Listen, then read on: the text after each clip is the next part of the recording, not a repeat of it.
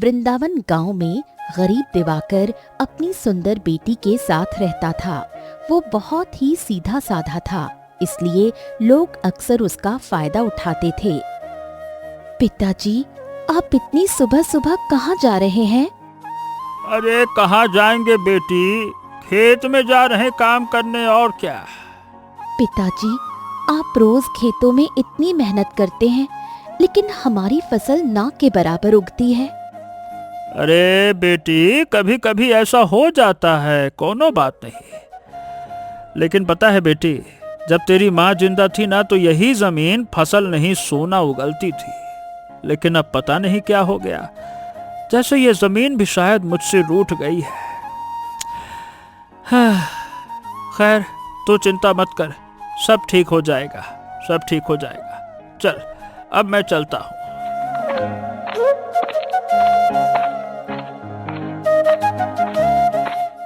दिवाकर अपने खेत में जाकर काम करता है। कुछ समय बाद अरविंद वहाँ आता है। अरे दिवाकर, ए दिवाकर, अरे दिवाकर, अरे तेरी बेटी। अरे अरे क्या हो गया अरविंद भाई, मेरी बेटी को? क्या मेरी बेटी, क्या बात है, तुम इतने परेशान क्यों हो?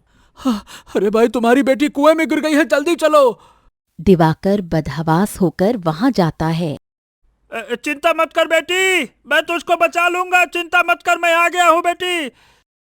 अरे भैया, कैसे बचाओगे? यहाँ पे तो किसी को तैरना ही नहीं आता, न तुमको न हमको।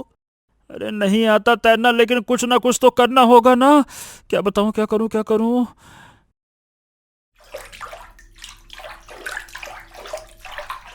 वो दोनों परेशानी से सोच रहे थे जब अक्षरा बोली, पिताजी, कुएं में इस बाल्टी की रस्सी को फेंकिए और मुझे खींचिए। हाँ, अभी खींचता हूँ बेटा, रुक जा। हे बेटी, तू ठीक तो है ना? नहीं पिताजी, मेरे पैर में बहुत दर्द हो रहा है। तू चिंता मत कर, अभी तुझे वैद्य जी के पास लेकर चलता हूँ। चल। दोनों वैद्य के पास जाते हैं। वैद्य जी अक्षरा का इलाज करते हुए कहते हैं, दिवाकर, तुम्हारी बेटी के पैर की हड्डी टूट गई है, इसे ठीक होने में बहुत समय लगेगा और इलाज में पैसे भी लगेंगे। अरे लेकिन वैद्य जी, इलाज के लिए तो हमारे पास पैसा ही नहीं है, इतना पैसा कहाँ से लाऊंगा मैं? दिवाकर, अब ये तो तुम्हें सोचना पड़ेगा। अब जाओ और पैसों का इंतजाम करो, जब तक मैं थोड़ी बहुत अपनी तरफ से दवा लगा देता हूँ, दर्द में आराम हो जाएगा। दिवाकर परेशानी में मदद की उम्मीद में अपने भाई के पास जाता है। अरे भैया, क्या बात है, क्या हुआ? ये तुम्हारा मुंह काहे लटका हुआ है भाई, काहे परेशान हो? दिवाकर उसे सारी बात बताता है। भैया देखो, ऐसा है कि मेरे पास इस समय ना फालतू में पैसा नहीं पड़ा हुआ है। अब आप तो मेरी हालत जानते ही हो, लेकिन अगर आप मुझे अपनी जमीन बेच दें तो शायद मैं आपकी मदद कर सकता हूँ। क्या? नहीं भाई, मैं अपनी जमीन नहीं बेच सकता। देखो, तुम मुझे उधार पैसे दे सकते हो, नहीं दे सकते हो, ये बताओ। अरे नहीं दे सकता भैया, माफ करो मुझे। मेरे पास जैसे पैसों का पेड़ लगा है कि उधार पैसे दे दो। जाइए कहीं और से इंतजाम कर लीजिए, नहीं तो। दीपक के इनकार पर दिवाकर निराश होकर वहां से चला जाता है। हे भगवान, अब मैं क्या करूं, किसके पास जाऊं? मेरी फसल भी नहीं उग रही है जिसे बेचकर मैं पैसे कमा सकूं। तभी वहां से एक अमीर सेठ गुजरता है। अरे, ये तो गांव के सबसे अमीर सेठ हैं। हाँ, मैं इनसे मदद मांगता हूँ, जो पैसे मिलेंगे उससे बेटी का इलाज करवा लूंगा। सेठ जी, राम सेठ जी। अरे दिवाकर, तू यहाँ? अरे आज खेती करने नहीं जा रहा क्या? सेठ जी, मुझे काम की तलाश है, आप अगर मुझे काम दे देते तो बहुत बड़ी मेहरबानी हो जाती। ठीक है, लेकिन मैं पहले बता रहा हूँ, ज्यादा पैसे नहीं दे पाऊंगा। ठीक है सेठ जी, मैं थोड़े पैसे में भी काम करने को तैयार हूँ, कर दूंगा मैं काम। दिवाकर सेठ के खेत में दिन रात मेहनत करने लगता है और फिर अपनी दिहाड़ी मांगता है। हाँ, सेठ जी, आज का काम तो हो गया। आप मुझे मेरी दिहाड़ी दे दीजिए ताकि मैं अपनी बेटी का इलाज करवा सकूं। हाँ हाँ हाँ, ये लो। हैं सेठ जी, ये तो एक आना है और मेहनत के हिसाब से बहुत ही कम है। इतने पैसे में मेरी बेटी का इलाज भी नहीं हो पाएगा और खाना पीना दवा तो सब बहुत दूर की बात है। देख भाई, आज के काम के इतने ही पैसे बनते हैं। लेना हो तो ले, नहीं तो तेरी मर्जी। अभी ये रख ले, समझ गया? मुंशी राम वहां से चला जाता है और दिवाकर अपने सीधेपन के कारण कुछ बोल नहीं पाता। हे भगवान, क्या करूं? इतने पैसे में अक्षरा बेटी का इलाज भी नहीं हो पाएगा। अब मुझे ना चाहते हुए भी मनोरमा की अंगूठी बेचनी होगी। फिर वो एक सुनार के पास जाता है। हाँ, राम राम भाई सुनार भैया, ये हमको अंगूठी बेचनी है, देखिए जरा। अरे वाह वाह वाह वाह वाह, ये अंगूठी तो बहुत कीमती लग रही है और जरूर इस आदमी की मजबूरी है, तभी तो इसे बेचने आया है। खैर, मुझे क्या, इसे बेवकूफ बनाकर कम पैसे पकड़ा दूंगा और अंगूठी मेरे नाम कर लूंगा। सुनार जी, क्या सोच रहे हैं भाई? बताइए ना, कितने की अंगूठी है ये? अरे कुछ नहीं भाई, असल में ये है कि क्या ये कौन बनाया है तुम्हारी ये अंगूठी है? इस अंगूठी में सोना बहुत कम है, इसीलिए तुम्हें इसके बस थोड़े से ही पैसे मिलेंगे, ज्यादा नहीं मिलेंगे। बताओ। दिवाकर खामोशी से बिना कुछ कहे वो पैसे लेकर वैद्य के पास जाता है। ये लीजिए वैद्य जी, आपके पैसे। अरे दिवाकर, ये तो बहुत कम है। वैद्य जी, अभी मेरे पास इतना ही पैसा है। मैं वादा करता हूँ कि जल्द ही आपको और लौटा दूंगा, दे दूंगा मैं आपको। अच्छा ठीक है चलो। फिर महीना बीत जाता है। अक्षरा थोड़ी ठीक हो जाती है और दिवाकर फिर सेठ के पास अपनी बाकी तनख्वाह मांगने जाता है। हाँ सेठ जी, अब तो 1 महीना पूरा हो चुका है, अब मेरी तनख्वाह दे दीजिए। देखो भाई, अभी मेरे पास पैसे नहीं है, तुम अगले महीने आना। ये क्या बात हुई सेठ जी? आप मेरी मेहनत के पैसे काहे नहीं दे रहे हैं? दे दीजिए सेठ जी, मैं कैसे करूंगा गुजारा? अरे भाई, जब पैसे आएंगे तभी तो दूंगा ना। मेरे घर में पैसों का पेड़ तो लगा नहीं है कि 2 ठो पैसे तोड़े और दे दिए तुमको। अब जा, मेरा दिमाग मत खराब कर। पैसा पैसा पैसा। सेठ मुंशी राम वहां से चला जाता है और ये सब दीपक छिपकर सुन रहा होता है। यही मौका है, अब दिवाकर को रास्ते से हटाना आसान होगा। दीपक ये सोचकर वहां से चला जाता है। जबकि रात के समय दिवाकर सेठ के लहलहाते खेत में फावड़ा लेकर जाता है। सेठ मुंशी राम, तुमने मेरे खून पसीने की कमाई मारी है ना, अब मैं तुम्हें तुम्हारी लालच की सजा दूंगा। तुम्हारी जमीन में अब फसल नहीं होगा। अरे अब तुम्हारी जमीन को देख के तुम्हारी रातों की नींद उड़ेगी। देखो तुम अब। दिवाकर खेत के बीचों बीच एक गहरा गड्ढा खोदता है और उसमें एक पुरानी अजीब मिट्टी और कुछ पीतल के सिक्के दबा देता है। तभी मोहन वहां आता है। अरे दिवाकर, अरे भैया, इतनी रात को सेठ के खेत में क्या गाड़ रहे हो? क्या तुम जादू टोना कर रहे हो? अरे नहीं नहीं मोहन भाई, अब ये तो हमारी किस्मत है। बात यह है कि मेरी पत्नी ने मरते वक्त बताया था कि इस जमीन के नीचे एक प्राचीन दबा हुआ खजाना है जो सिर्फ आधी रात को ही दिखता है। देखो, मुझे ये सिक्के मिले हैं, देखो। खजाना, दिखाओ दिखाओ दिखाओ, मुझको दिखाओ। ना ना ना ना ना ना ना, ये श्रापित खजाना है। जो इसे अकेले निकालेगा वही यही राजा बनेगा। दिवाकर वहां से चला जाता है और मोहन लालच में आकर खुद उस गड्ढे को और खोदने लगता है।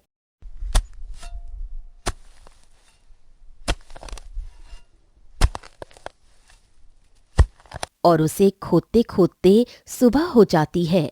तभी वहां दीपक आता है। अरे मोहन, ए भाई, क्या कर रहे हो तुम? अरे दीपक भाई, किसी को बताना नहीं, यहाँ खजाना है। दिवाकर ने मुझे खुद बताया है। मुझे भी वही निकालना है, निकाल रहा हूं मैं। क्या मतलब? मोहन उसे सारी बात बताता है। अचानक ही सेठ मुंशीराम की सारी फसल बर्बाद होने लगती है और देखते ही देखते उसकी जमीन बंजर हो जाती है। आह, हे राम, ये क्या हो गया? ये तो जमीन बंजर हो गई, सब बर्बाद हो गया। अरे मगर दिवाकर ने तो खजाने का बताकर इसमें कुछ डाला था। इसका मतलब उसने सेठ जी की जमीन पर जादू टोना कर दिया है भाई। दोनों परेशान होकर सेठ की बंजर जमीन को देखते हैं और फिर देखते ही देखते ये बात पूरे गांव में फैल गई। अरे मेरी फसल, मेरी लहलहाती फसल रातों रात ये कैसे बर्बाद हो गई? कैसे हो गया सब? अरे सेठ जी, कैसे क्या होना है? मोहन बता रहा है कि कल दिवाकर भैया ने यहाँ आकर आपके खेत पर काला जादू करते हुए मिट्टी के नीचे कुछ दबाया है। क्या बात कर रहे हो? हाँ जी, आइए मैं दिखाता हूँ आपको, आइए। फिर वो उसे खेत की मिट्टी में दबा वो पीतल का सिक्का और अजीब मिट्टी दिखाता है। इसकी इतनी हिम्मत, मैं इसे छोड़ूंगा नहीं। फिर वो दिवाकर के घर जाते हैं। दिवाकर, ए दिवाकर, बाहर निकल। पिताजी तो घर पर नहीं है सेठ जी। कहाँ गया वो? वो किसी बीमार रिश्तेदार को देखने दूसरे गांव गए हैं। पर सेठ जी, आपको कोई काम था? नहीं नहीं, कोई काम नहीं था। सेठ बिना कुछ कहे वहां से चला जाता है और अगले दिन दिवाकर एक घर में जाता है। अरे वाह वाह वाह, इस घर में तो बहुत सारे कीमती बर्तन हैं। इन्हें बेचकर अच्छा खासा पैसा मिल जाएगा। आ, आ, आ, आ, ड, ड, ड। वो उस घर से सारा सामान और कुछ सोने के सिक्के चोरी करके भागता है। तभी कौशल्या उसे देख लेती है। दिवाकर का नाम सुनते ही सारा गांव उसे तलाशने लगता है और दूसरी तरफ दिवाकर जंगल के रास्ते से गुजरता है। तभी उसे रास्ते में एक लंबी घूंघट वाली बूढ़ी औरत दिखाई देती है। ओ अम्मा, अरे आराम से आराम से, ठीक से चल तो पा नहीं रही हो और मुंह में इतना लंबा घूंघट निकाला हुआ है, हैं?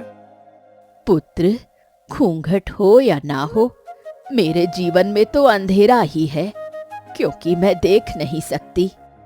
हो अम्मा, एक बात बताओ, अगर आप अंधी हो तो इतना लंबा घूंघट क्यों किया है? ताकि कोई मेरा चेहरा ना देख सके पुत्र। लेकिन क्या तुम मेरी एक मदद कर सकते हो? हाँ हाँ बताइए, मैं क्या मदद कर सकता हूँ आपकी? पुत्र, ये मेरा मटका है और इसमें सोने का पानी भरा हुआ है। मैं इसे तुम्हारे पास अमानत के तौर पर रखवाना चाहती हूँ। क्या तुम इसे संभाल कर रखोगे? हैं? सोने के पानी से भरा मटका? अरे पर अम्मा, मैं इसे अपने पास कैसे रख सकता हूँ?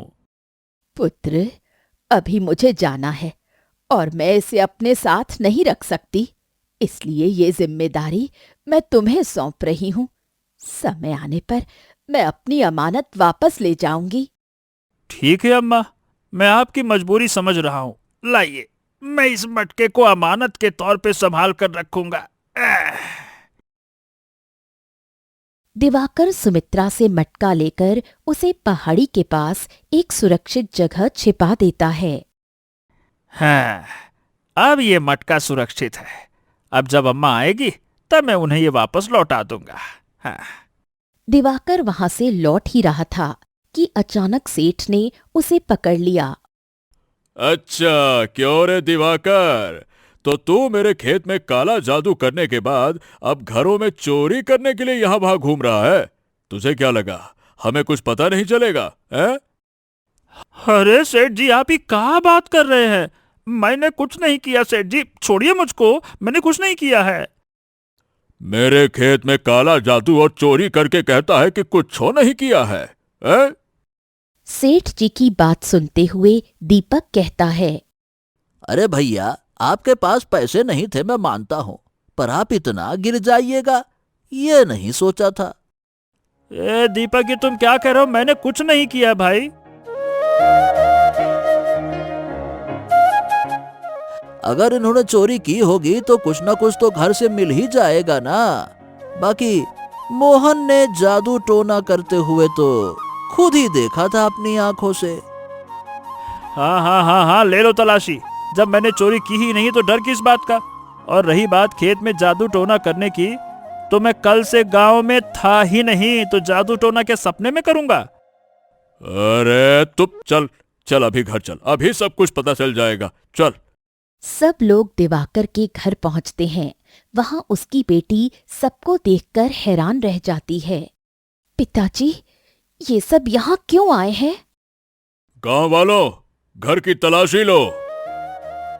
अभी मुंशी राम ये कह ही रहा था, तभी अचानक मोहन को वहां पीतल के सिक्के और मिट्टी के साथ साथ कुछ कीमती बर्तन मिलते हैं। हाँ, ये देखिए सेठ जी, ये वही पीतल के सिक्के और वो अजीब सी मिट्टी है जिसे इसने खेत में डाला था, और साथ ही कुछ कीमती बर्तन भी है, देखिए। सेठ जी, ये तो मेरे घर के कीमती बर्तन हैं, जिसे कल ये लेकर भागा था। नहीं नहीं नहीं नहीं नहीं नहीं, ये झूठ है। मैं नहीं जानता ये सब कहाँ से आया, मुझे कुछ नहीं पता। अरे अब बाकी का माल निकाल, वरना आज तुझे राजा वैद्य के हवाले कर दूंगा। अरे जब मैंने कुछ किया ही नहीं है तो कहाँ से लाऊंगा मैं? देखिए, मैं बेकसूर हूँ सेठ जी, मेरी बात तो मानिए। ऐसे नहीं बताएगा, चलो इसे महाराज के पास ले चलते हैं, चलो। नहीं, छोड़ो मेरे पिताजी को। अक्षरा चिल्लाती रह जाती है, लेकिन सारे लोग उसके पिता को राजमहल लेकर जाते हैं। अरे सेठ मुंशी राम, तुम यहाँ? और इस दिवाकर को ऐसे क्यों पकड़ा हुआ है, क्या बात है? सेठ मुंशी राम उन्हें सारी बात बताता है। दिवाकर, तुम इतने नीच निकलोगे ये हमने सोचा भी नहीं था। सबूत तुम्हारे खिलाफ है, इसीलिए हम तुम्हें कैद की सजा सुनाते हैं। सैनिकों, इसे ले जाओ। नहीं नहीं नहीं नहीं महाराज, मैंने कुछ नहीं किया। महाराज मेरी बात सुनिए, छोड़ो छोड़ो मुझे, मैंने कुछ। दिवाकर रोता है, लेकिन राजा वेद उसे कैद कर देते हैं। दूसरे दिन चोरी से अक्षरा अपने पिता से मिलने आती है। पिताजी, क्या सच में आपने खेत में जादू टोना और चोरी की थी?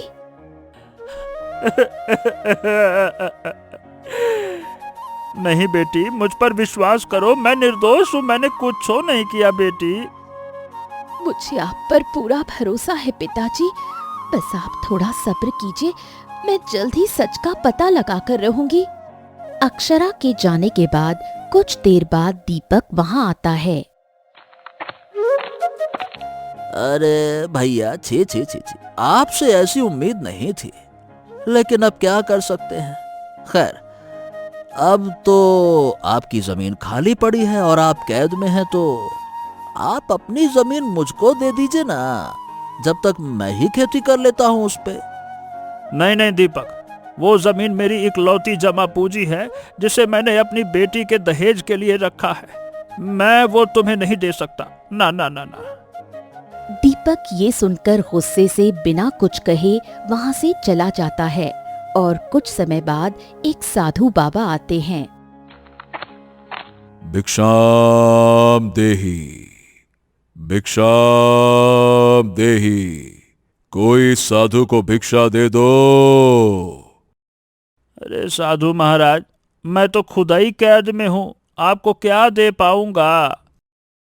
मैं तुम जैसे पापी से भिक्षा लेने भी नहीं आया, क्योंकि अगले 24 घंटे में तुम्हारे पाप की वजह से तुम्हारे पुत्री की मृत्यु होने वाली है। क्या? मेरी बेटी की मृत्यु? अरे पर क्यों क्यों क्यों क्यों महाराज? ये तो तुम्हारे कर्मों का फल है। अगर उसे बचाना चाहते हो तो तुम्हें कुछ बड़ा दान करना होगा। अरे बाबा, हमारे पास तो एक खेत ही बस है, और क्या बताएं। संतान की जान से बढ़कर कुछ नहीं होता। ऐसा करो, तुम वो खेत मुझे दान कर दो, मैं वहां मंदिर बनवाऊंगा। उसी के पुण्य से तुम्हारी बेटी बच जाएगी। बेटी की जान बचाने के लिए दिवाकर जमीन साधु बाबा को सौंप देता है और वहां से चला जाता है। जब अगले दिन अक्षरा आती है। पिताजी, मुझे माफ करना, मैं अभी तक सच्चाई का पता नहीं लगा पाई हूं। कोई बात नहीं बेटी, कोई बात नहीं। पहले मेरे लिए तेरी जान प्यारी है, जिसे मैंने बचा लिया। अरे तू है तो मेरी दुनिया है। जान प्यारी है? क्या मतलब? दिवाकर उसे सारी बात बताता है। पिताजी, आप किस अंधविश्वास में फंस गए?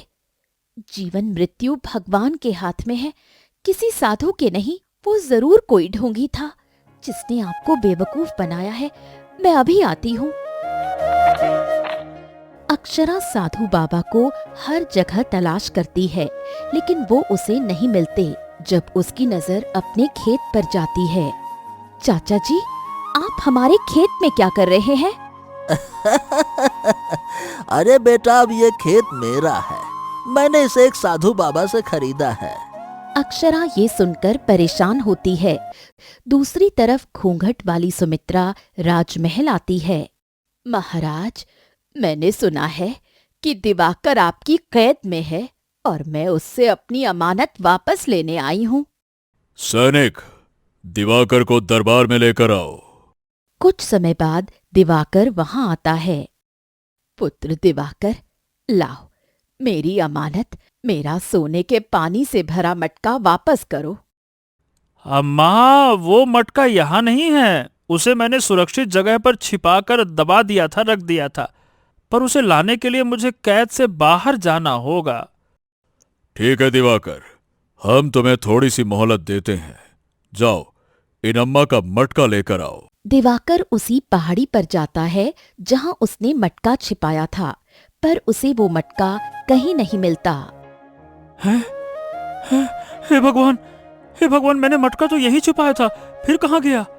अरे क्या धरती निगल गई, आसमान खा गया, कहाँ चला गया मटका? वो मटके को हर जगह तलाश करता है, लेकिन उसे वो कहीं नहीं मिलता और वो फिर निराश होकर महल लौटता है। अरे पुत्र दिवाकर, तुम खाली हाथ क्यों आए हो? मटका कहाँ है मेरा? अम्मा, मैंने उसे हर जगह ढूंढा, पर वो मटका मुझे कहीं मिला नहीं। क्या मतलब नहीं मिला? कहीं तुमने उसे भी चोरी करके बेच तो नहीं दिया? तभी वहां दीपक आता है। वाह वाह वाह भैया, आप कितने बड़े चोर हैं। पहले सेठ के खेत में जादू टोना किया और फिर उस औरत के घर चोरी की। अब लो बताओ भला, इन बूढ़ी अम्मा का मटका ही गायब कर दिया। वाह वाह वाह वाह वाह वाह वाह। दिवाकर, धोखेबाज चोर कहीं के, तुम्हें अब तुम्हारी चोरी और झूठ की सजा दुगनी मिलेगी। सैनिकों, अभी के अभी इसे 100 कोड़े मारे जाएं। फिर राजा वेद के आदेश पर सैनिक दिवाकर को कोड़े मारना शुरू करते हैं। और दूसरी तरफ जब वो खबर गांव में फैली तो अक्षरा परेशान हुई। नहीं, मेरे पिताजी इतने सीधे हैं, वो ऐसा कभी नहीं कर सकते। अब मुझे किसी भी कीमत पर सच्चाई का पता लगाना ही होगा। वो तुरंत मोहन के पास जाती है।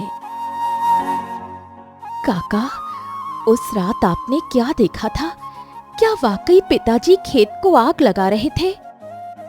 अरे मोहन बेटी, मैंने अपनी आंखों से देखा था, वो दिवाकर ही था। मोहन ने सारी बात बताई, जिसे सुनकर वो परेशानी से वहां से निकल गई। फिर रास्ते में उसे सोने का वही सिक्का मिला।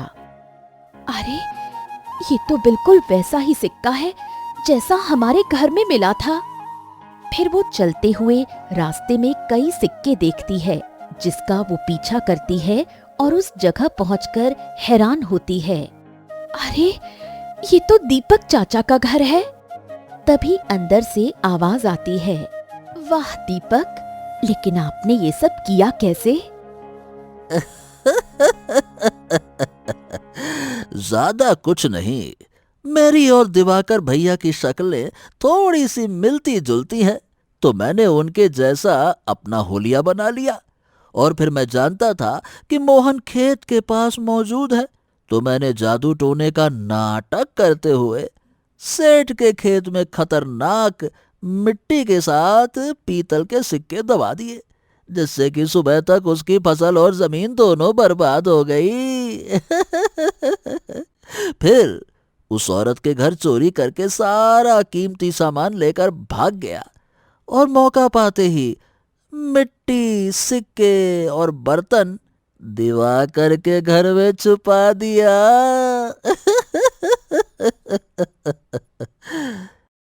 वाह, क्या खेल खेला है आपने। लेकिन आपने उसकी वो बंजर जमीन कैसे हासिल की? अरे वो बंजर नहीं है, बल्कि बहुत कीमती है। मैंने तो सोचा है कि उसकी पत्नी के मौत के बाद मुझे वो जमीन दे देगा, मगर उसने दिया ही नहीं। इसीलिए मैंने उस पर वो जहरीली मिट्टी डाली, जिससे कि उसकी फसल ना के बराबर उगती है। लेकिन तब भी उसने मुझे वो जमीन बेची नहीं। बस तब मैंने साधु बाबा का वेश धारण किया और उसको डराया, और झट से उसने जमीन दान कर दी और मिल गई मुझे जमीन।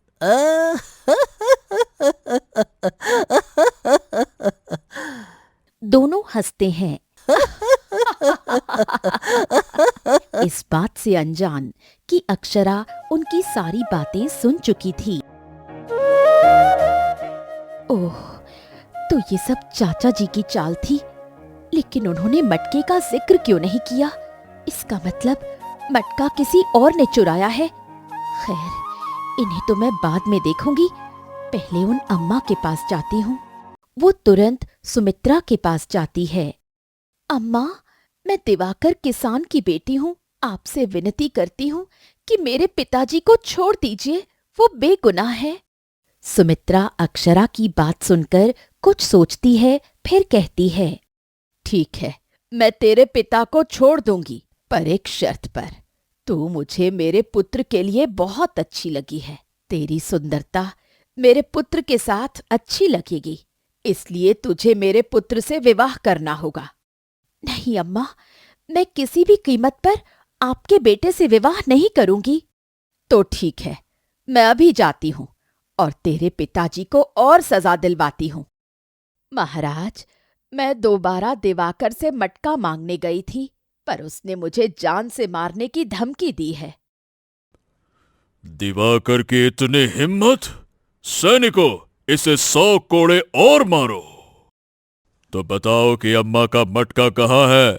मुझे नहीं पता महाराज, कसम से सही कह रहा हूं, मुझे नहीं पता महाराज। वो दर्द से तड़पता है, जबकि दूसरी तरफ अक्षरा परेशान होती है। पता नहीं क्यों मुझे ये अम्मा कुछ ठीक नहीं लग रही, लेकिन पहले मुझे महाराज का भरोसा जीतना होगा, तभी मैं सच्चाई सामने लेकर आ सकती हूँ। फिर वो अपने दिमाग में एक योजना बनाती है और अपना वेश दासी की तरह बनाकर महल में नौकरी करती है। तभी राजा वेद की एक अंगूठी गिर जाती है। महाराज, महाराज रुकिए। क्या हुआ दासी? महाराज, आपकी कीमती अंगूठी गिर गई थी, ये लीजिए। तुम चाहती तो इसे अपने पास रख सकती थी, इसे बेचकर तुम्हारा पूरा जीवन बदल जाता। महाराज, मैं एक ईमानदार पिता की बेटी हूँ, इसलिए ये लीजिए। तुम वाकई एक नेक लड़की हो। सच तो यह है कि हमने जानबूझकर ये अंगूठी गिराई थी ताकि हम देख सकें कि तुम कितनी ईमानदार हो। जी महाराज, लेकिन अब मुझे आपसे कुछ जरूरी बात करनी है। फिर वो उनसे कुछ कहती है, जिसे सुनकर वो वहां से चले जाते हैं। मैंने राजा वेद का विश्वास तो जीत लिया, पर अब पिताजी को बचाने के लिए कुछ बड़ा करना होगा। फिर वो बाजार जाकर एक मिट्टी का मटका खरीदती है और उसमें चमकीला सुनहरा पानी भर के पहाड़ी पर छुपाती है और फिर कुछ देर बाद खुद से तेज आवाज में बड़बड़ाती है, पिताजी ने ये सोने के पानी वाला मटका यहाँ रखा है और वो न जाने कहाँ तलाश कर रहे हैं। लेकिन अगर मैं अभी इसे यहाँ से लेकर जाती हूँ तो कोई मुझसे छीन लेगा। नहीं नहीं, मैं इसे रात में लेकर जाऊंगी, अभी यहीं रहने देती हूँ। अक्षरा ये कहकर वहाँ से चली जाती है, जबकि मोहन और सुमित्रा दोनों अलग अलग जगह पर छुपकर उसकी बात सुन लेते हैं। अच्छा, ये मटका यहाँ है, ठीक है, मैं इसे रात में इस लड़की से पहले ही आकर चुरा लूंगी। तभी अक्षरा कहती है, जी महाराज, ये औरत झूठी है, क्योंकि अगर ये अंधी थी तो इसे कैसे पता मैं सुंदर हूँ। और इसने खुद। दोनों चले जाते हैं। फिर रात को पहले मोहन आता है। अरे वाह वाह वाह वाह वाह, अब ये मटका मेरा होगा, अब मैं बनूंगा अमीर आदमी। तभी एक रहस्यमय आवाज आती है। मैं कोई साधारण मटका नहीं हूं, मैं अमीर करने वाला मटका हूं, और तुम मेरे 3 सवालों के सही सही जवाब दो, तभी तुम मटके के असली हकदार होगे।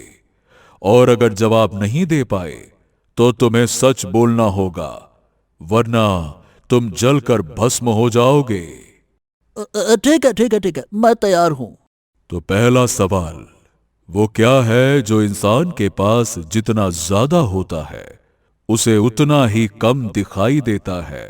दूसरा सवाल, वो कौन सी चीज है जिसे तुम जितना ज्यादा दूसरों से चुराते हो वो तुम्हारे बोझ को उतना ही बढ़ाती जाती है? वो क्या है जो गरीब के पास तो है पर अमीर को चाहिए, और अगर तुमने उसे खाया तो तुम मर जाओगे? दीपक तीनों सवाल सुनकर सोच में पड़ जाता है, लेकिन उसे जवाब नहीं मिलता। लगता है तुम्हें जवाब नहीं पता। अब या तो सच बोलो या भस्म होने के लिए तैयार हो जाओ। मुझे मुझे मत मारो, मैं सच बोलता हूँ, मैं सच बोलता हूँ। बात यह है कि वो सारी सच्चाई कबूल कर लेता है, जिसे सुनकर राजा वेद और अक्षरा बाहर निकलते हैं। अक्षरा और राजा वेद महाराज, आप? हाँ, ये आवाज और सवाल मेरे ही थे और इनका जवाब मैं बताती हूँ। पहला जवाब है अंधेरा, दूसरे का है झूठ और तीसरे का है कुछ नहीं। और मैं ही यहाँ राजा वेद को आपकी सच्चाई सुनाने लेकर आई थी। सैनिकों, असली मुजरिम ये है, दिवाकर नहीं। दिवाकर को आजाद करो और इसे कैद करो, और दिवाकर की जमीन भी वापस की जाए। और फिर कुछ देर बाद सुमित्रा वहां आ जाती है। जल्दी से मैं इस मटके को ले लेती हूँ। तभी आवाज सुनाई देती है। मैं कोई साधारण मटका नहीं, मुझे पाने के लिए तुम मेरे 3 सवालों का सही सही जवाब दो, तभी तुम मटके के असली हकदार होगी, वरना जवाब ना दे पाने पर तुम्हें सच बोलना होगा, नहीं तो तुम जलकर भस्म हो जाओगी। फिर वही 3 सवाल सुमित्रा से पूछे जाते हैं, लेकिन वो भी उसका जवाब नहीं दे पाती। अब अपना सच बताओ या फिर भस्म हो जाओ। नहीं, मेरा कोई सच नहीं है। तभी अचानक राजा वेद, अक्षरा और दिवाकर आते हैं, और फिर वहां एक और घूंघट वाली औरत आती है। ये क्या, एक जैसी शक्ल की 2 औरतें?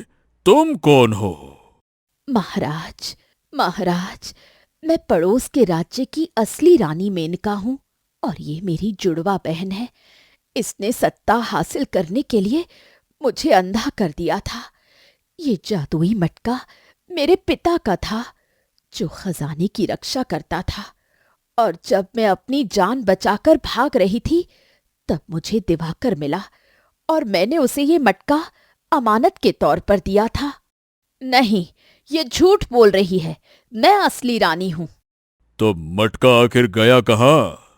महाराज, मैं जब ठीक हो गई तो मैंने दिवाकर को तलाश करना चाहा, लेकिन वो मुझे कहीं नहीं मिला और आखिरी बार मैंने उसे पहाड़ी वाले जंगल में अपना मटका सौंपा था। इसलिए थोड़ा ढूंढने के बाद मुझे मेरा मटका मिल गया। तभी अक्षरा कहती है, जी महाराज, ये औरत झूठी है, क्योंकि अगर ये अंधी थी तो इसे कैसे पता मैं सुंदर हूं, और इसने खुद मेरी सुंदरता देखकर अपने पुत्र का मुझसे विवाह करने की शर्त रखी थी। राजा वेद ये सुनकर सुमित्रा की तरफ देखने लगे। हाँ, दिवाकर, हमें माफ कर दो, हमने तुम्हारे साथ बहुत गलत किया। लेकिन वो कहते हैं ना कि बुराई कितनी भी चालें चले, सच्चाई और बुद्धिमानी के सामने वो हमेशा हारती है। और ये सिर्फ तुम्हारी इस चतुर बेटी के कारण हुआ। शाबाश अक्षरा, शाबाश। सैनिकों, इस औरत को भी कैद कर लो, ले जाओ इसे।